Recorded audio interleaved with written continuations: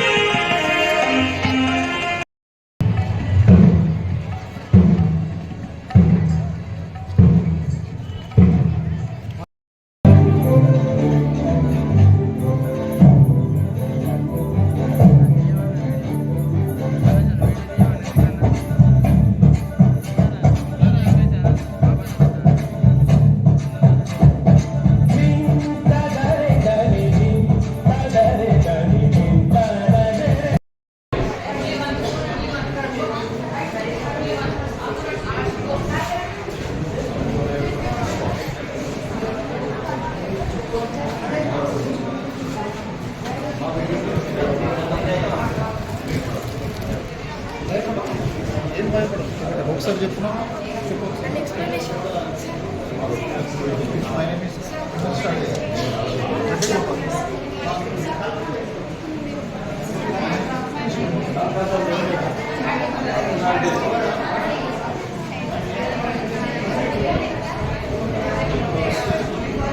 మనోదాసుకున్నా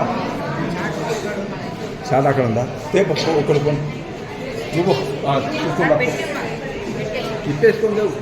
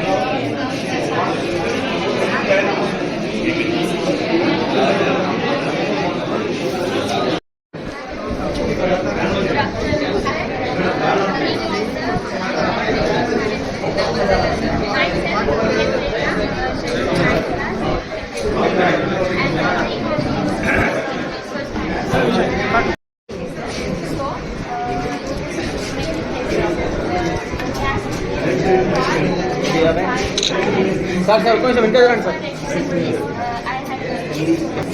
sir కనబడుతుంది correct sir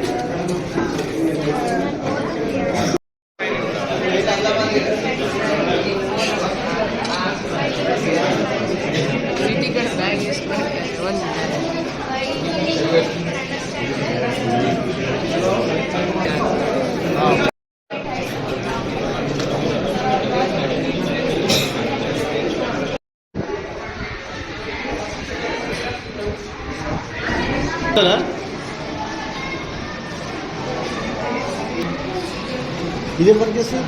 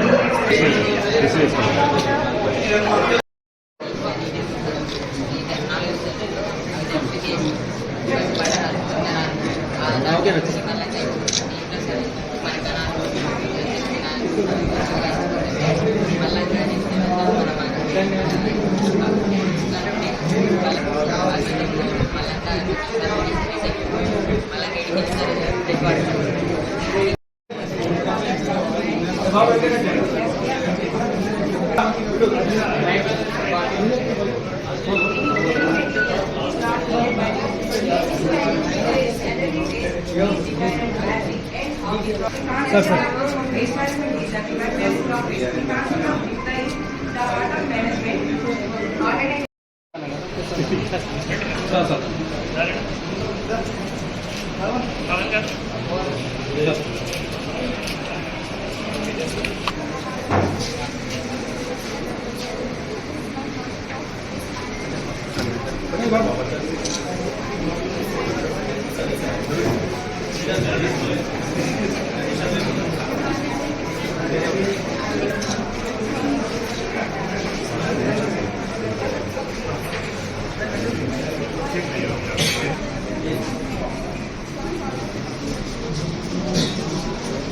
అన్ని ఎవరికి అవసరం పడతాయి, అల్టిమేట్ గా మనకి అవసరం పడతాయి, మానవత్వంకి అవసరం పడతాయి. కాబట్టి ఇట్లానే మనం ఏమైనా వేదిక ఉన్నా కూడా మానవత్వంకి సైన్స్ వల్ల ఏ విధంగా మనం హెల్ప్ చేసుకోవచ్చు. ఒక మంచి ఎగ్జాంపుల్ చెప్తా. కోవిడ్ టైంలో కోవిడ్ వ్యాక్సిన్ వల్లనే చాలా మంది సేవ్ అయ్యారు. కానీ ప్రతి ఒక్క టీచర్ కానీ, గైడ్ టీచర్ కానీ, హెచ్ఎం కానీ సైన్స్ కి హ్యుమానిటీలో మనం ఏ విధంగా సాల్వ్ చేసుకోవచ్చు, సైన్స్ కి మనం అగ్రికల్చర్ లో ఏ విధంగా సాల్వ్ చేసుకోవచ్చు. ఇప్పుడు మన జిల్లాలో కొన్ని ఇష్యూస్ ఉంటాయి. ఏది అంటే ఇప్పుడు చాలా చోట్ల గ్రౌండ్ వాటర్ తక్కువ ఉంటాయి. సో మనం ఉన్న వాటర్ కి ఏ విధంగా మనం అక్కడ ఫార్మర్ కి కరెక్ట్ గా యూసేజ్ చేయడానికి అట్లా ఒక చిన్న చిన్న మోడల్ ఏమైనా తయారు చేయగలిగితే ఊర్లో కూడా ఎట్లా ఇంప్లిమెంట్ చేయగలిగితే చాలా మంది రైతులు కూడా అట్లా న్యాయం అవుతాయి. సో అట్లానే మనం సైన్స్ కి హ్యుమానిటీ పరంగా ఆలోచన చేసుకొని పిల్లలు కానీ, టీచర్స్ కానీ, గైడ్ టీచర్స్ కానీ, హెచ్ఎం కానీ కూడా కృషి చేయాలి మీ అందరికీ కోరుతున్నాము. ఇందాక రఘుమాలు ఒక పాయింట్ చెప్పారు దట్ సైన్స్ ల్యాబ్ ఇంకా కూడా అవసరం ఉన్నాయి. ఇంతకు ముందు అటల్ టింకరింగ్ ల్యాబ్ ద్వారా కానీ, తర్వాత పిఎంశ్రీ స్కూల్స్ లో కూడా రావడం జరిగింది. ఇంతకు ముందు కూడా సైన్స్ ల్యాబ్ రావడం జరిగింది. ఈ రోజు నా అదృష్టం మన మురళీస్ అనే మన జిల్లాకి రావడం జరిగింది. కాబట్టి సార్ దృష్టికి అది తీసుకొని వెళ్ళి అన్ని మన జిల్లా నుంచి అన్ని స్టేట్ వ్యాప్తంగా కూడా ఈ సైన్స్ ల్యాబ్ ఇంప్లిమెంట్ అయితే, కంప్యూటర్ ల్యాబ్స్ కూడా ఇంప్లిమెంట్ అయితే, లైబ్రరీ కూడా ఇంప్లిమెంట్ అయితే ఇంకా పిల్లలకి మంచిగా చదవడానికి, నేర్పించడానికి అవకాశం ఉంటుంది. కాబట్టి ఈ రోజు మధ్యాహ్నం మీటింగ్ లో కూడా సార్ కి అది కూడా దృష్టికి తీసుకొని వెళ్ళి త్వరలోనే బహుశా ఇంకా ఈ ప్రభుత్వం మనం కూడా వచ్చిన తర్వాత అమ్మ ఆదర్శ పాఠశాల ద్వారా కూడా చాలా మనం వర్క్ కూడా చేయడం జరిగింది. చిన్న చిన్న రిపేర్స్ కూడా వర్క్ చేయడం జరిగింది. మొన్న ఇంకొకటి అమ్మ ఆదర్శ పాఠశాల కూడా అక్కడ హెచ్ఎంస్ కి కావాల్సిన అక్కడ ఎవరైతే స్కావెంజర్ ఉన్నారో లేదు ఇంకా ఎవరైతే పర్సన్ ఉన్నారో అది కూడా పెట్టడానికి మీకు ప్రభుత్వం ఒక ఆదేశం ఇవ్వడం జరిగింది. ఇంతకుముందు లేదు, కానీ ఇప్పుడు మీరు అక్కడ మెయింటెనెన్స్ కోసం కానీ, లేదు ప్లాంట్స్ కోసం కానీ, లేదు క్లీన్నెస్ కోసం కానీ అది కూడా మీరు పెట్టచ్చు. సో అవి కూడా మీకు ఆదేశాలు రావడం జరిగింది. అది కూడా ప్రభుత్వం నుంచి మీకు నిధులు వస్తున్నాయి. కాబట్టి ఇట్లా మార్పులు వస్తున్నాయి. దీంతో పాటు ఇంకొక మేజర్ ఇంపార్టెన్స్ అంటే టీచర్స్ కూడా వాళ్ళు ఏవైతే ఇంపార్టెంట్ సమస్యలు ఉన్నాయో అది కూడా చాలా రోజుల నుంచి పెండింగ్ ఉన్నా కూడా మన ప్రయత్నం చేసింది. దాని తర్వాత నరేంద్ర మోడీ గారు దేశ ప్రధానమంత్రి అయిన తర్వాత ఈ యొక్క శాస్త్ర విజ్ఞానానికి కావాల్సినటువంటి సహాయ సహకారాలు నేరుగా కేంద్ర ప్రభుత్వం నుంచి కూడా పాఠశాలలకు అందించేటటువంటి పరిస్థితి ఉన్నది. ఈ సందర్భంగా మీ అందరికీ ఒక విజ్ఞప్తి చేస్తున్నా. ఇటువంటి కార్యక్రమాలలో ఆదిలాబాద్ శాసనసభ్యుడిగా నేను ఏం చేసే అవకాశం ఉన్నా నాకు మీ సలహాలు, సూచనలు ఇవ్వవలసిందిగా ఎక్కడి నుండైనా నిధులు తీసుకొచ్చే ప్రయత్నం చేద్దాం. పిల్లలకు కావలసినటువంటి ఈ వైజ్ఞానిక మనం ఇంకా ఏం చేయగలుగుతాం, ఏ రకమైనటువంటి సహాయం చేయగలుగుతాం, మీకు ఎక్కడ ఏ అవకాశం ఉన్నా శాసనసభ్యుడిగా నేను అన్ని రకాలుగా నా వంతు పూర్తి సహాయ సహకారాలు అందించడానికి సిద్ధంగా ఉన్నానని, అదేవిధంగా మన జిల్లా కలెక్టర్ గారు మంచి మనసు అన్ని విషయాలలో ముందుకొస్తారు. మాకున్నటువంటి జిల్లా కలెక్టర్ గారు కూడా నిధుల బాధ ఉన్నాయి.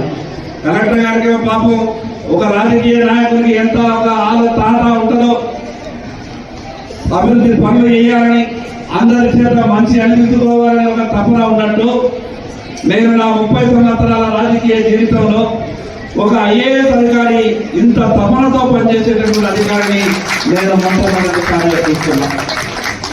మరి ఇటువంటి అధికారులు మన దగ్గర ఉన్నప్పుడు ఈ జిల్లాకు కావాల్సినటువంటి అభివృద్ధి కార్యక్రమాల విషయంలో కానీ, మన ఆలోచనల్ని కానీ ఇటువంటి అధికారులతో పంచుకుంటే చాలా సమస్యలకు పరిష్కారం దొరికేటటువంటి అవకాశం ఉంటుంది.